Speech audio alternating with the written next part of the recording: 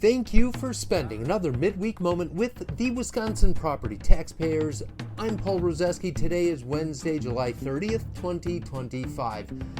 Welcome to the precipice of August. I'm starting out with some good vibes today since today is International Day of Friendship and Share a Hug Day. Not to mention Sunday is Friendship Day and International Forgiveness Day. We should promote that one a little bit more. And lastly, Friday is National Girlfriend's Day. So ladies, it's a good reason or excuse for a girls' night out. Guys, it's a great way to earn some points by suggesting a girls' night out. Sounds like a win-win proposition. Gives everyone a chance to celebrate International Beer Day.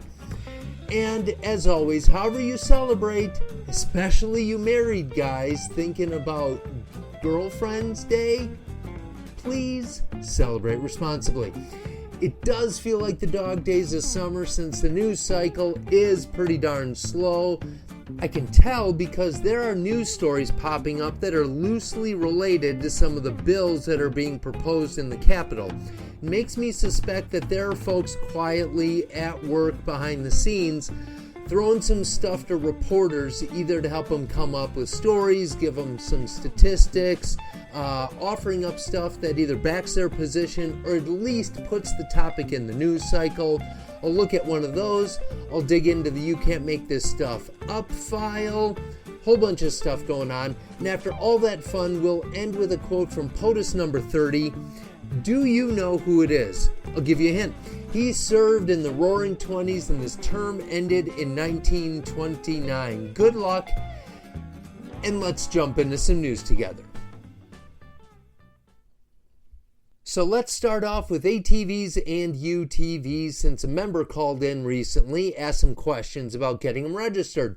Quick fun fact, you can register them for private use for $15 just to use them on your personal land. There's also an agricultural private use registration if you're using it on your farm or if you're using it to transport farm implements, equipment, supplies, or products. You can use the ATV on public roads to transport that stuff to where you're going to sell it or to another farm. Third type of registration is a full public use permit, which gives access to public trails and roads, frozen waterways, and private property.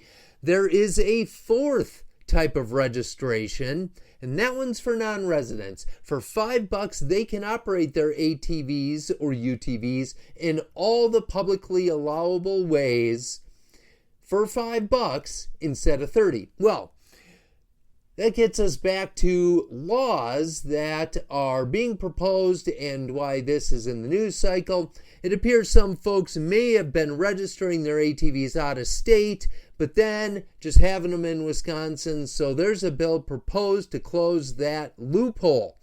Since that was in the news cycle, I think things started popping up. And on a related note from the DMV, they released some statistics saying that fatalities regarding these pieces of equipment are increasing. Makes sense. They've really been gaining in popularity, and if there's more use, there's more opportunity for accidents. According to the numbers, there have been 25 deaths on ATVs and UTVs so far this year.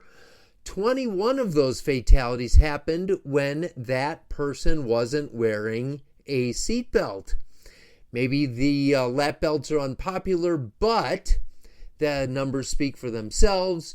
Unfortunately, the ages of the folks related in those accidents span from 6 years old to 97 years old. So, as always, please recreation responsibly.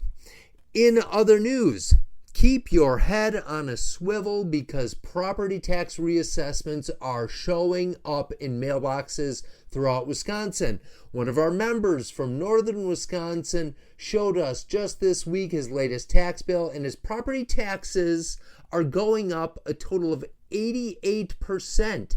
That's pretty darn close to doubling the check that he needs to cut. That's got to be somewhere between crazy and irresponsible. How about this? The Milwaukee suburb of Wauwatosa hasn't done a reassessment since 2019. So as you can imagine, with values going up since COVID, there's going to be some sticker shock going on all over the place. One example, a homeowner's assessment was at $232,000 last year. This year, his assessment is $470,000. That's more than double.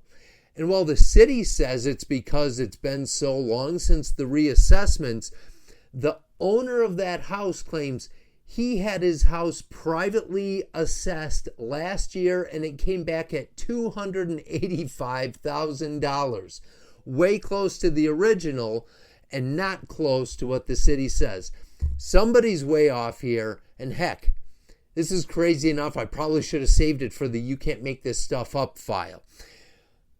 In other news, ramping up computer processing power. It's in high demand, and so is building the data centers that are going to try and meet that demand.